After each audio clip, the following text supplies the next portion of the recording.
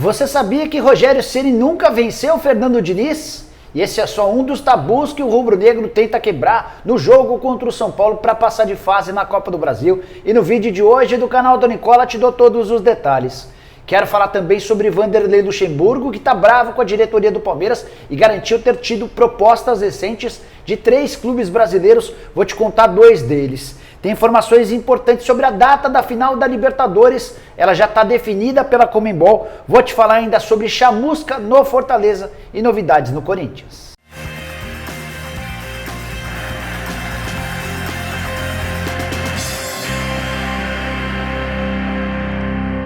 Fala aí pessoal, sou o Jorge Nicola, bem-vindos a mais um vídeo do canal, bem legal ter vocês por aqui. E antes de comentar tudo que eu prometi agora há pouco, eu queria pedir para você se inscrever no canal do Nicola, só apertar esse botãozinho vermelho de inscreva-se. Feito? Aproveitando também para dar uma dica para você que está em casa assistindo a jogos de futebol e quer fazer uma grana extra, uma receita importante com essa possibilidade. Gostou, né? Então você precisa conhecer a Full Trader Sports, empresa especializada nesse assunto. A galera tá afim de passar esses conhecimentos e ainda vai fazer um sorteio de até 100 mil reais. Se você se interessou, vou deixar um link na descrição desse vídeo. Você pega lá, se inscreve, participa do sorteio de até 100 mil reais e ainda vai aprender a ganhar dinheiro de casa assistindo a jogos de futebol.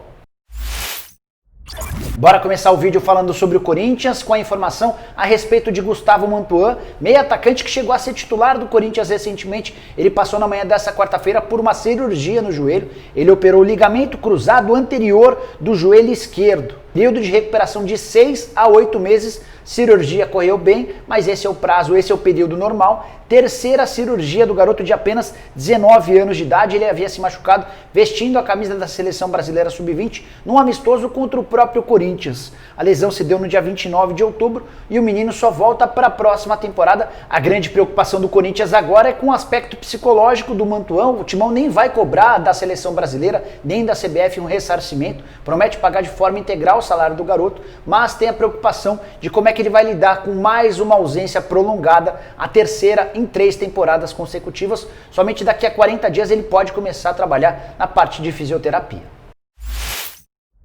Bora falar agora sobre o Fortaleza, que enfim encontrou um substituto para Rogério Ceni, depois de ouvir nãos de Thiago Nunes, Roger Machado e Dorival. Nessa quarta-feira fechou acordo com Marcelo Chamusca, técnico que vai pela terceira vez comandar o Fortaleza, treinador de 54 anos de idade, que já foi campeão cearense em 2015, em 2014 caiu nas quartas de final da Série C, não conseguiu acesso para a Série B no último mata-mata antes da fase decisiva.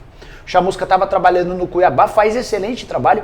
O time briga por zona de classificação para a Série A do Campeonato Brasileiro. O Cuiabá também conseguiu eliminar recentemente o Botafogo das oitavas de final da Copa do Brasil, até por isso se garantiu nas quartas de final. O contrato do Fortaleza com o Chamusca só termina em dezembro do ano que vem. Ele é esperado já para que possa assumir o lugar do Rogério Ceni. Fortaleza ocupa nesse momento o 11º lugar com 24 pontos ganhos no Campeonato Brasileiro.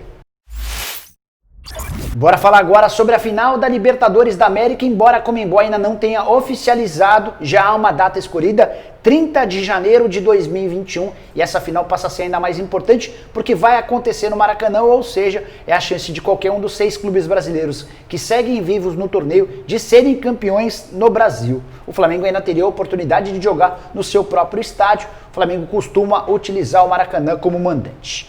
A data não foi oficializada, mas está praticamente definida. Tá certo que a Sul-Americana vai ser disputada, a grande decisão, no dia 23 de janeiro, e uma semana depois ocorre a final da Libertadores da América. E aí é importante lembrar que em novembro do ano passado, mais ou menos nessa época do ano, a gente já estava conhecendo o campeão da Libertadores da América. Veio o surto de coronavírus na América do Sul, em todo o planeta, e várias das fases precisaram ser adiadas. A Libertadores de 2020 começou em janeiro desse ano, acabou sendo interrompida. A fase de grupo só terminou no mês de outubro e a gente só vai conhecer os times que passaram pelas oitavas de final já no mês de dezembro. Grande problema causado pela pandemia. Os 6 clubes brasileiros que seguem vivos no torneio: o Flamengo, que joga no Rio de Janeiro, São Paulo, Santos e Palmeiras, os 3 representantes de São Paulo, Grêmio, Internacional, os gaúchos, além do Atlético Paranaense.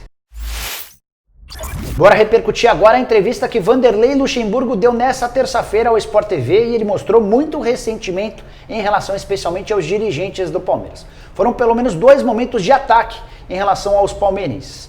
Primeiro deles, sobre a demissão.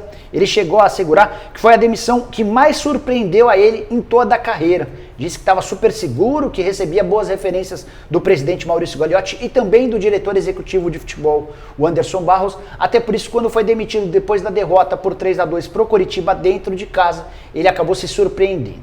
Disse também que ficou surpreso junto com decepção. Essa foi a frase usada em entrevista ao Sport TV.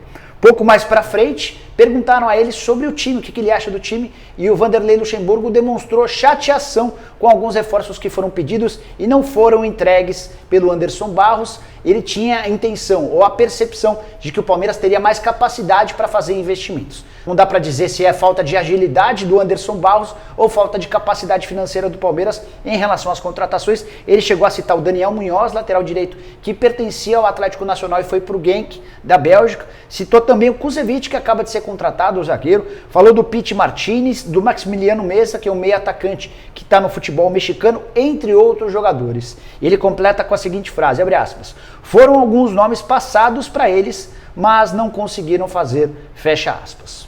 Por último, mas não menos importante, nessa mesma entrevista, o Lucha assegurou que já foi procurado por 3 clubes da Série A. 2 deles, consigo te dizer quais são, Vasco da Gama e Botafogo procuraram recentemente o Luxemburgo, o convidaram para trabalhar, mas o Lucha entendeu que não é hora de voltar, ele quer dar uma descansada, uma refletida, para somente na próxima temporada voltar. O terceiro clube ninguém conseguiu identificar até agora, existe uma especulação de que possa ter sido o Coritiba. Bora falar agora sobre a primeira partida de quartas de final da Copa do Brasil entre Flamengo e São Paulo, com vários ingredientes extremamente interessantes. Primeiro deles, o fato de o São Paulo sustentar uma invencibilidade de 6 jogos contra o Flamengo em todas as competições. Nos últimos 6 jogos são 3 vitórias e 3 empates. Última vez que o Fla conseguiu vencer o tricolor foi em julho de 2017. Nesse período de 6 jogos de invencibilidade, teve direito até aquele 4-1 recente no Maracanã, que ajudou a derrubar o Domenech Torrent. Queria contar também que o Fernando Diniz nunca perdeu para o Rogério Ceni, ou seja, teremos a possibilidade de verem 2 tabus recentes caírem. Os confrontos entre o Diniz e o Rogério Ceni até agora são 5, com 3 empates e 2 vitórias do Fernando Diniz. É bem verdade que nesses 5 confrontos, em 4 o Rogério Ceni esteve à frente do Fortaleza, com um time de menor investimento na comparação com os times do Fernando Diniz. Mas o primeiro confronto entre ambos tinha o Fernando Diniz à frente de um pequeno e o Rogério Ceni à frente de um grande. Rogério estreou como técnico profissional na derrota por 4-2 do seu São Paulo pro Audax do Fernando Diniz na primeira rodada do Campeonato Paulista de 2017, aquele 4-2 que marcou bastante. Nos outros 4 jogos em que o Rogério foi técnico do Fortaleza foram 2 empates e 2 derrotas, os 2 empates pela Copa do Brasil recentes que causaram a eliminação do Fortaleza e a classificação do São Paulo para as quartas de final da Copa do Brasil. 3-3 em Fortaleza, 2-2 em São Paulo e depois de 20 pênaltis batidos, o Thiago Volpi defendeu um e o São Paulo venceu por 10-9 nos pênaltis, conseguindo a classificação.